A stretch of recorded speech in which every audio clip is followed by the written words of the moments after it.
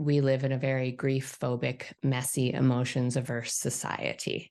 And so that means that we run from those emotions. We hustle harder. We try to control things. We, numb out and all the ways that you can think of numbing out, because many of us think that if we go near those emotions, they will take us down, right? We won't be able to survive them. We will drown in them. Life will never be the same. We won't get out of that place. And I think the point of the book is to say that that's not true. The way out is through. We will never be over certain things, but we can keep moving forward.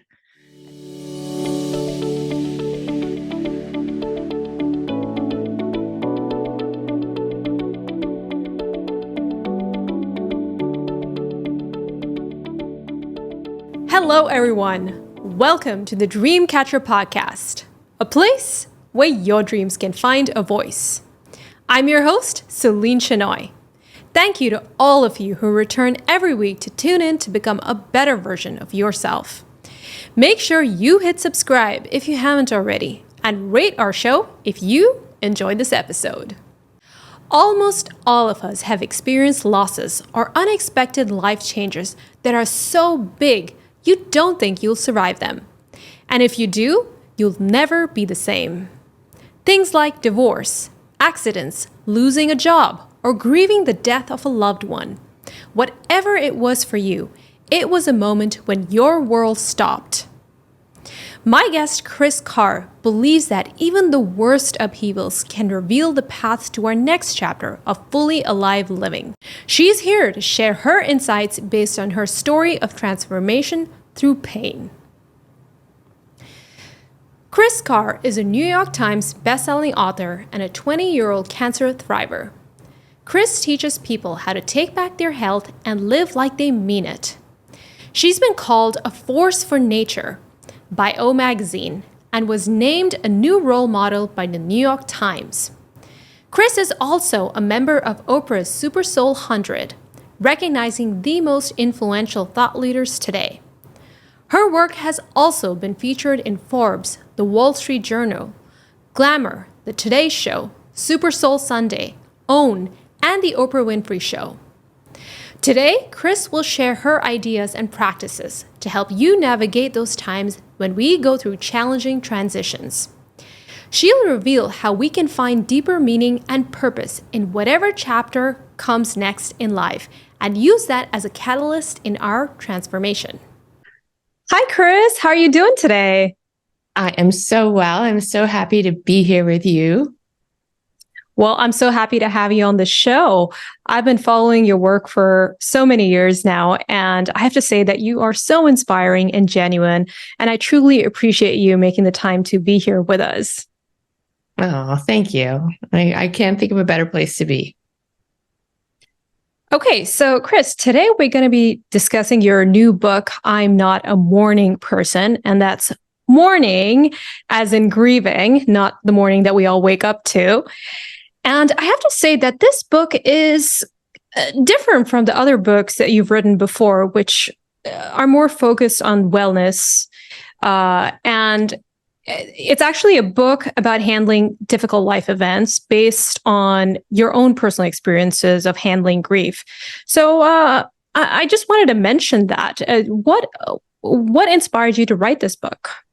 Yeah, that's a great question. Well, you learn more about your book after it's published. So you write your book and then you promote your book and you continue to learn more about your book. Like you learn more about yourself each and every day.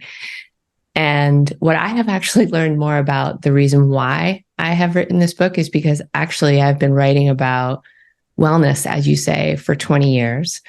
And this is a big part of wellness. Our mental health and our physical well-being are one and the same. They're connected. But if we look back at how this started for me, I've been living with stage 4 cancer for 20 years now. And my first experience writing books was for cancer patients. And then I was on Oprah and all of these things changed and more people were coming to me because they wanted to learn how to live a healthier lifestyle. And so I wrote books that included a lot more people who are also interested in prevention.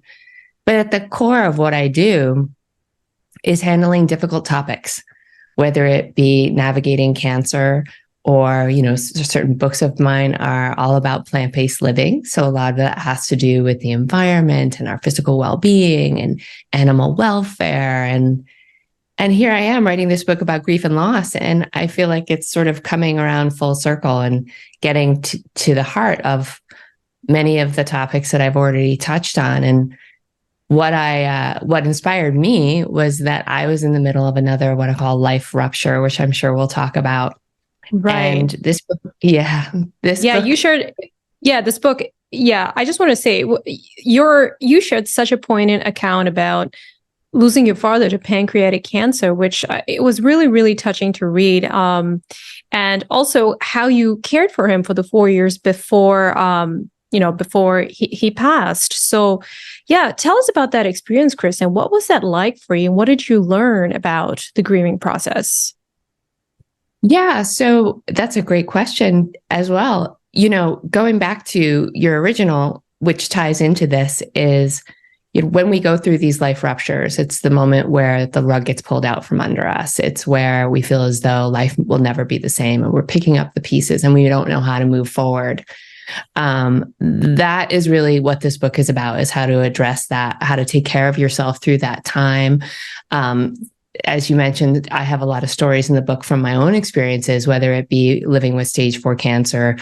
When I started writing this book, we were in the middle of a global pandemic, and there was a lot of us who were experiencing significant loss, even the loss of our former way of living, the loss of our jobs, our sense of security.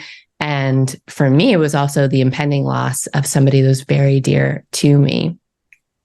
And what I realized was I didn't have the tools and the resources to navigate these really big, heavy emotions that come with grief, not just grief. My therapist has a great saying. She says, when the grief train pulls into the station, it brings all the cars, even past hurts and traumas and wounds that you may think that you're over, but you're not. And those traumas and past wounds inform how you move forward. And so going to the heart of this book and this work and this story is really an opportunity for us to live a more full, vibrant life, though we may not think of it, because most of us don't even want to touch some of these topics, life, like grief and some of the big emotions that accompany it, like shame, like guilt, like anger, and so forth. And all of this was coming up for me during this time. I was also approaching my 20-year anniversary of living with stage 4 cancer. So all of this is what motivated me to write the book. Yeah, thank you for explaining that. And that's quite a journey that you've been on, Kris. But I'd love to know about your specific experience of dealing with your father's passing and kind of coping with that whole experience and the belief or the beliefs and the trauma that you faced going through that experience. So can you please walk us through that and how you were able to cope with that? Well, I think like so many of us, when we're going through an impending loss, and certainly after the loss, it's a new place to be, right? We don't necessarily imagine life the way we now see it. And I think to go to the heart of your question, which is coping, one of the things that I talk about in the book is self-care and all of the practices that I had been practicing for quite some time, but in a different way and for different reasons. And I think when we're caregivers and when we are we're navigating a lot of chaos and turmoil in our lives, of course, the first thing that goes out the window is self-care. And one of the chapters is called Self-Care in the Storm. And I talk about how important it is to fill your well, even in the smallest ways, because again, as caregivers, as people going through a very traumatic and chaos-ridden time, it's easy for our energy to be depleted. And what I didn't realize was just how much this would take from me, this experience of being very committed and dedicated to helping my father through this transition. And all the things that I learned about myself and about him and the closeness that we got to in the end and beyond, I don't think I would have been able to do that if I hadn't been prioritizing feeling my well along the way, even in the smallest ways. Right. And you actually mentioned that there were certain things that you did to cope with your grief and loss. Can you please share some of the techniques that helped you? Well, first and foremost, we have to understand that we're actually going through grief and loss, because I think, especially in the United States, we live in a very grief-phobic, messy, emotions-averse society. And so that means that we run from those emotions. We hustle harder. We try to control things. We, numb out and all the ways that you can think of numbing out, because many of us think that if we go near those emotions, they will take us down, right? We won't be able to survive them. We will drown in them. Life will never be the same. We won't get out of that place. And I think the point of the book is to say that that's not true. The way out is through. We will never be over certain things, but we can keep moving forward. And so the various coping mechanisms really depend on who you are. And there's many in the book that I share.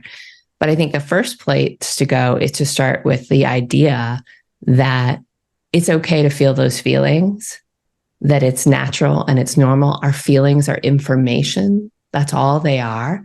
And the more we learn about them, the more we're able to care for them.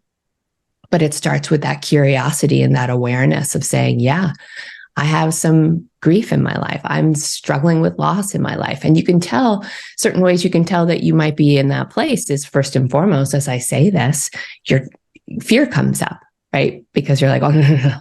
That's definitely not one of the places I want to go. So that right alone is an indicator that it's probably a place that you need to go, right?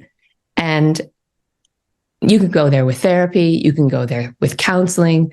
You can go there with the support of your friends. I don't suggest that you go there alone, but the first place is to acknowledge that you might even need to. Mm-hmm.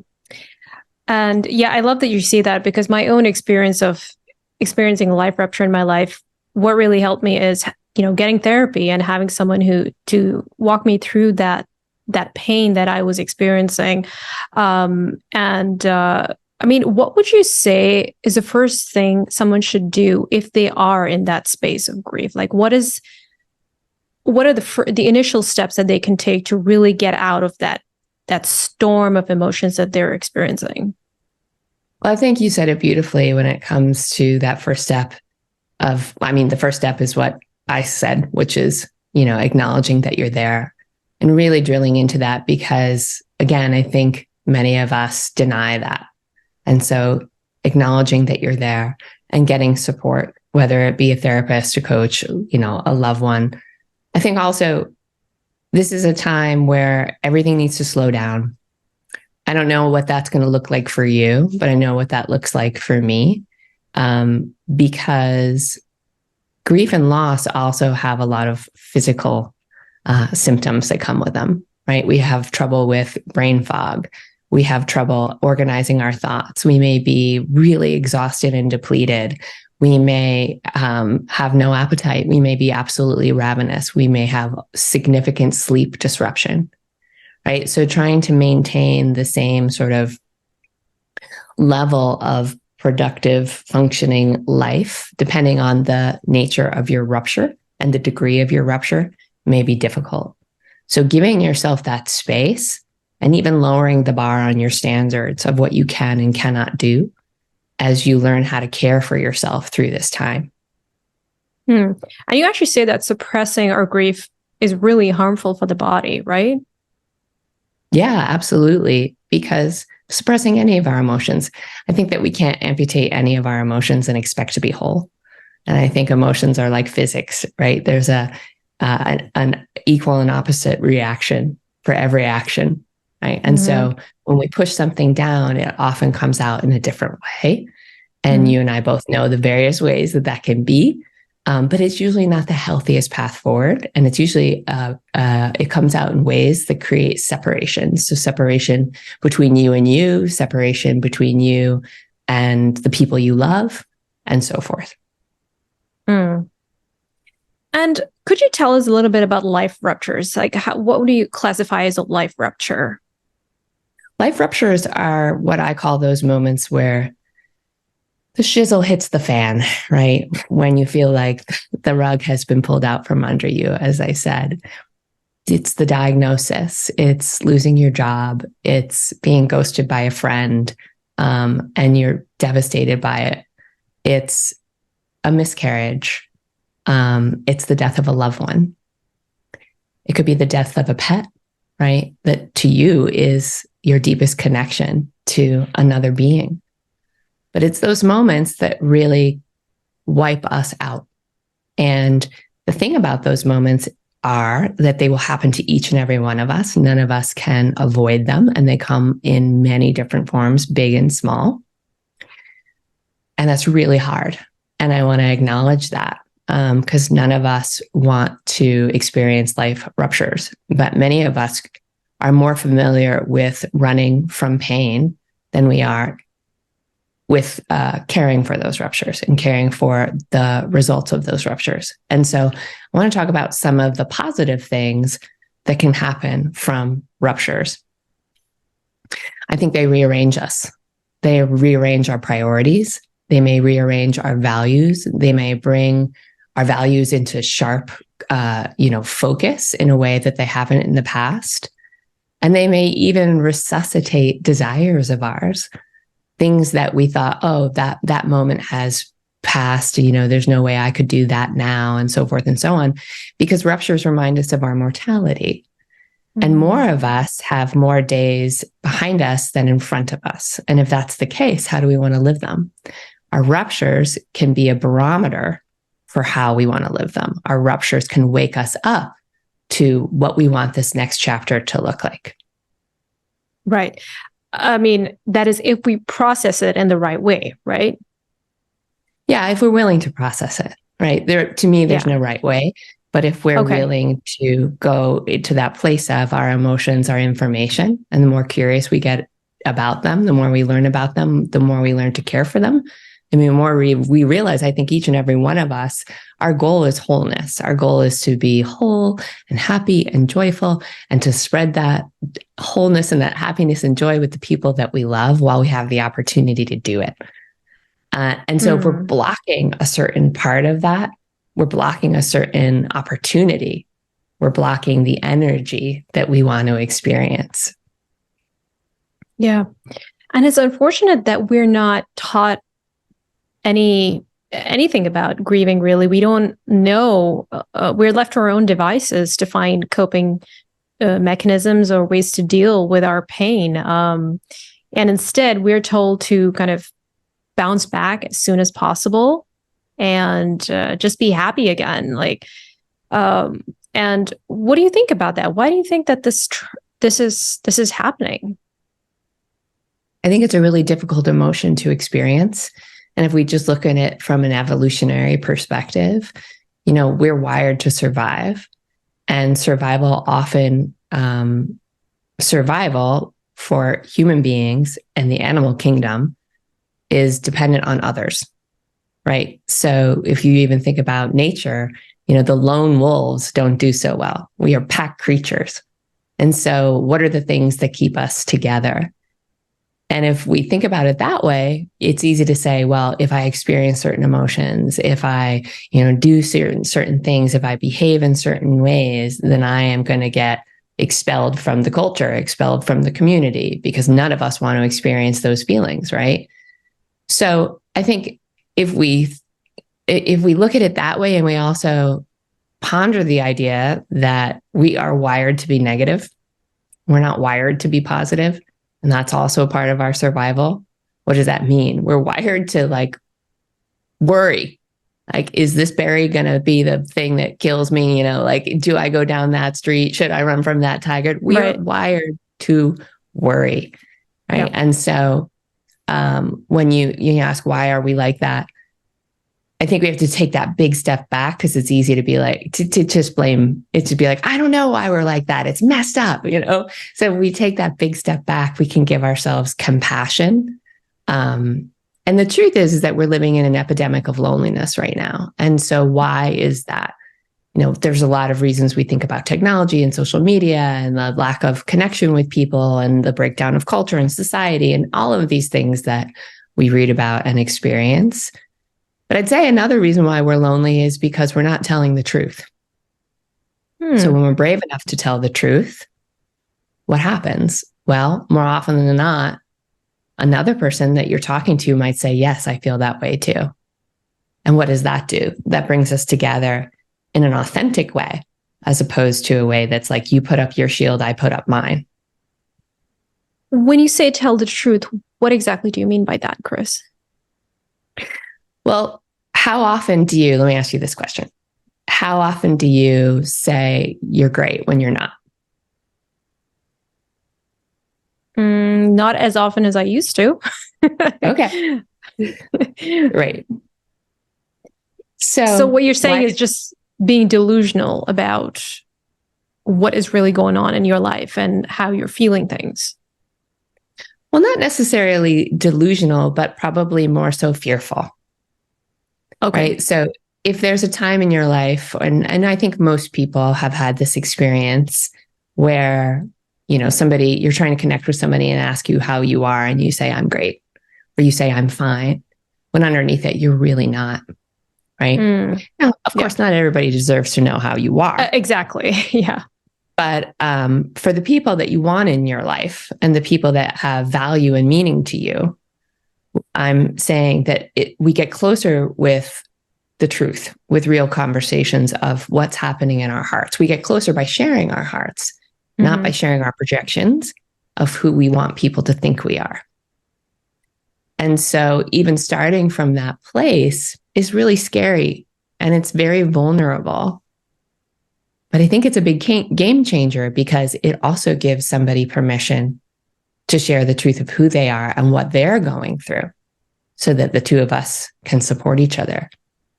And how can we prevent that from veering into the victim mentality? Because that is something that's quite prevalent right now. I mean, that's a good question. I think, if I say I'm going through a hard time, that's not me being a victim. Right? If you ask me how I am, so for example, I had a team meeting like about maybe a month and a half ago, and we were at the beginning of the book launch, and we were talking about things that I would be writing about. And one of the things that we were talking about was pet loss, because there's a chapter in the book about pet loss, because I think many people, especially in the grief and loss community, do value that. And so as if it's not as worthy. I'm not about doing any kind of comparison. I think it's a trap. But so as we were talking about what we were writing about, I started to well up, and I took a moment and I said, hang on a second. I just need to this is really coming up for me. I feel so sad right now, because I had just lost one of my dogs, and here I am in book launch. That's painful. I've experienced that too. Yeah. You're going through another loss.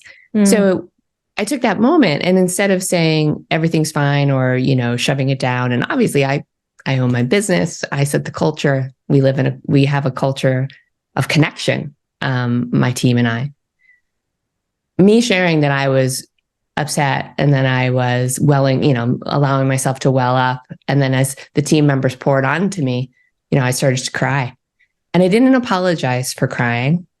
I said, thank you for letting me share that emotion and that experience. Right. So that's very different from a victim mentality. And I think we have to be careful not to assume that, if we're sharing something that's difficult, we're not putting on our best face and, our strongest self, that people will think we're victims. Now, there's a lot of other things that can go down too. So, right, let's talk about how other people may perceive you. So there's a chapter in the book called Awkward Times and Awkward People. And it's the things that we unintentionally do or say because we actually don't know how to navigate grief and loss ourselves. So we say things. I think you brought up a couple of examples, like just get over it, right? It's been X number of months, weeks, years. Why aren't you past this already? Or you're young, you'll have another child. Or there's other fish in the sea, right? These are well-meaning things that we say because we want our friend or our loved one to feel better, but it doesn't help them feel better in any way, shape, or form.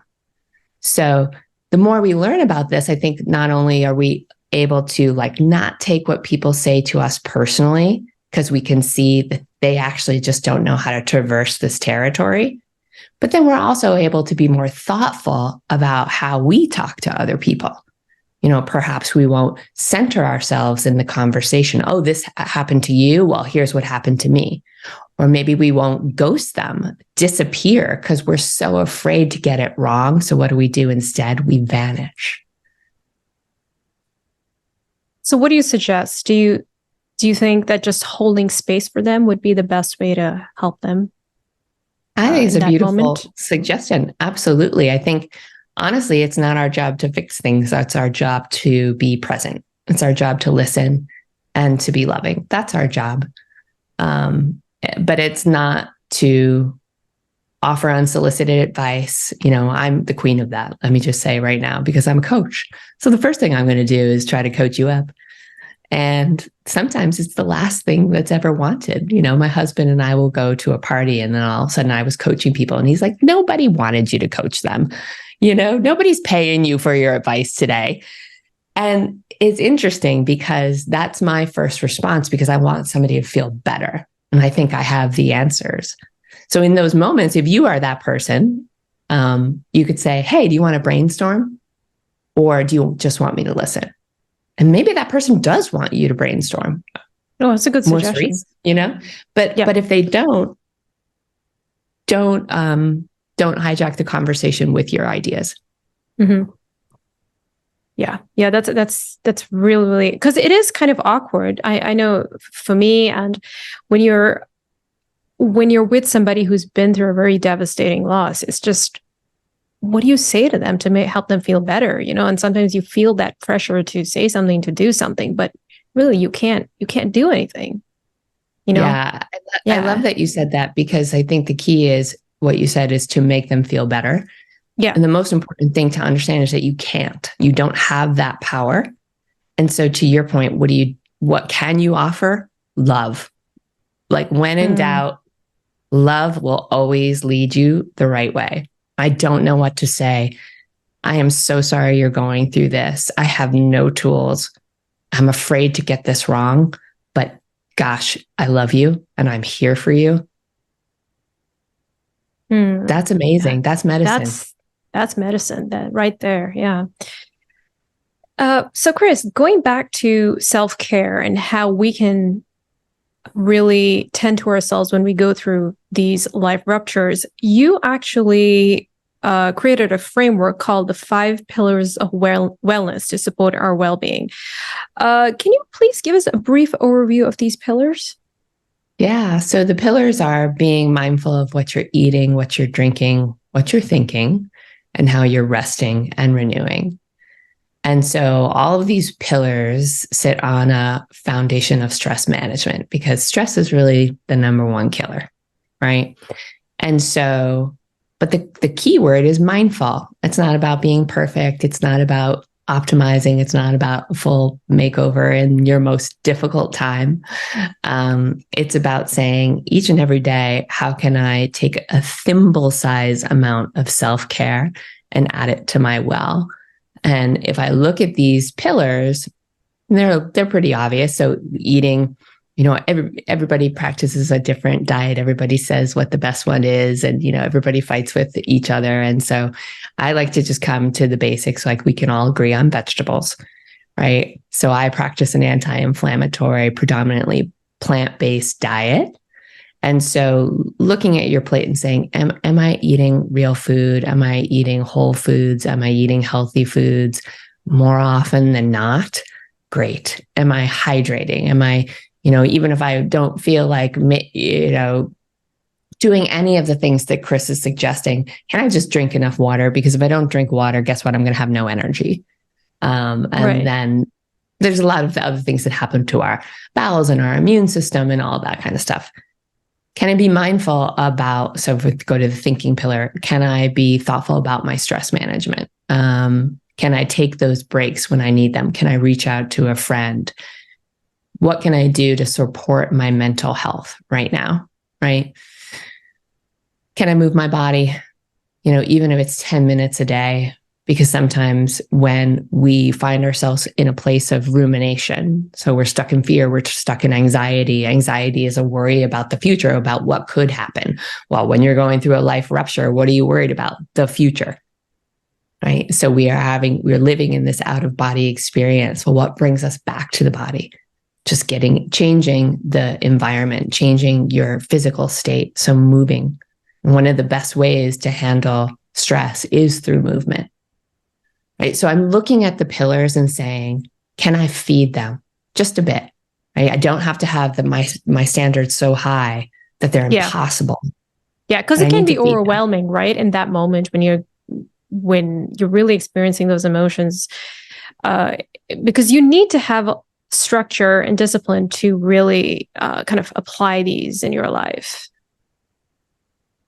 You do if you want to make yes, look, we all need some discipline without question. Yeah, yes. You're 100% right about that. So can you set yourself up for success and say, okay, I'm at the start of my day. How am I going to set myself up for success? Again, I'm not looking for perfection. I'm looking for how am I going to tend to myself today? And even if you just picked one thing. Right. But to your point, we do need to think about who we want to be and how we want to feel. Otherwise, it's very difficult to achieve our goals. So even just taking baby steps in the beginning, even that 100%. can make a huge difference. I think the baby steps throughout your life is what makes the big difference. I believe in small steps that lead to big change, and doing them consistently more than I believe in massive lifestyle swings, hacking your body and, hacking your life, because I've done that. And though you may have these moments of big highs with that, very few of us sustain that over the long haul. And longevity is about the long haul. It's about the actions that you do consistently over time. It's not about these big swings and spikes. Right. Well, Kris, where are you right now in your grieving process? How are you feeling today? The thing about grief is I lost my father almost 3 years ago. And I write about some of the other big losses in my life in this book. And there are a lot of stories in the book because I think it's good to teach through stories because we can see ourselves in other people's stories. And the pain isn't as great as the day that any of these things happen. My pain is not as great as the day as I was diagnosed with cancer 20 years ago. But there's still places of pain and there's still holes in my heart. And that's okay too. But now there's new experiences around them. There's new joys around them. There's new people in my life that bring me excitement and joy to be around them. There's new peace around them. And so going back to the idea that we can't amputate any of our emotions and expect to be whole, grief is a part of me, just like my lungs are a part of me. And that is okay. That's okay. Wow. Kris, thank you so much. This has been such a profoundly insightful conversation. And I'm sure that many of our listeners will appreciate and really connect with your story. So thank you for offering us comfort with your insights and revelations. Thank you for having me. So Kris Carr's book, I'm Not a Morning Person, Braving Loss, Grief, and the Big Messy Emotions That Happen When Life Falls Apart is now available wherever books are sold. And if you want to learn more about Kris's other books, her events and products, you can visit her website, kriscarr.com. The link will be in the description.